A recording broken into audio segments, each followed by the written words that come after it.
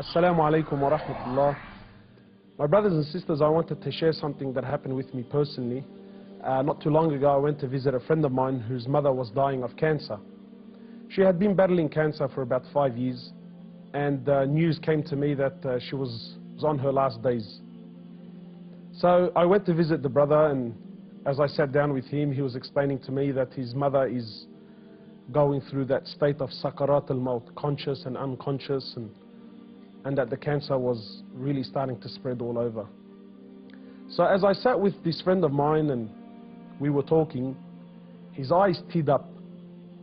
So I assumed that because his mother's dying, and so I tried to comfort him, and I said to him, look, you know, this is natural in life. And he said to me, I'm not crying because she's leaving. And of course I am upset, but that's not why I'm crying. I said, then why are you upset? He said, I'm upset because all my life I've never thanked my mother for what she's done.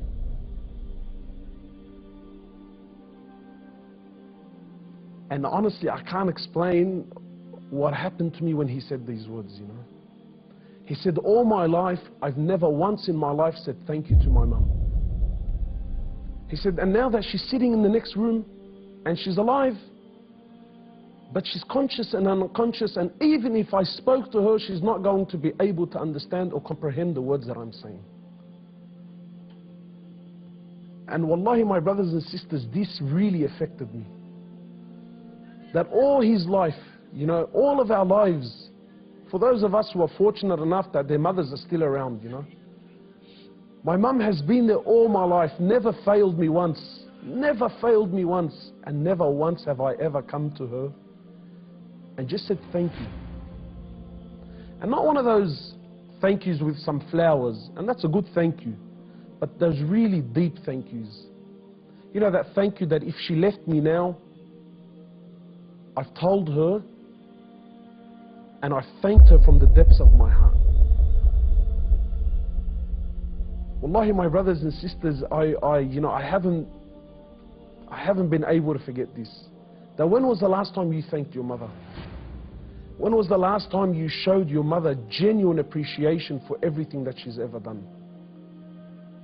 Or are we going to be like those, or are we going to be of those who, when our mothers leave us permanently, then we will sit back and remember and start to regret that I didn't take advantage of the opportunity when I had it. You know, my brothers, in many places around the world, they celebrate this thing called Mother's Day. And it breaks my heart, because in Islam, in truth, Mother's Day is every day. We don't single out one day of the year to say, oh mum, look, I remembered you today.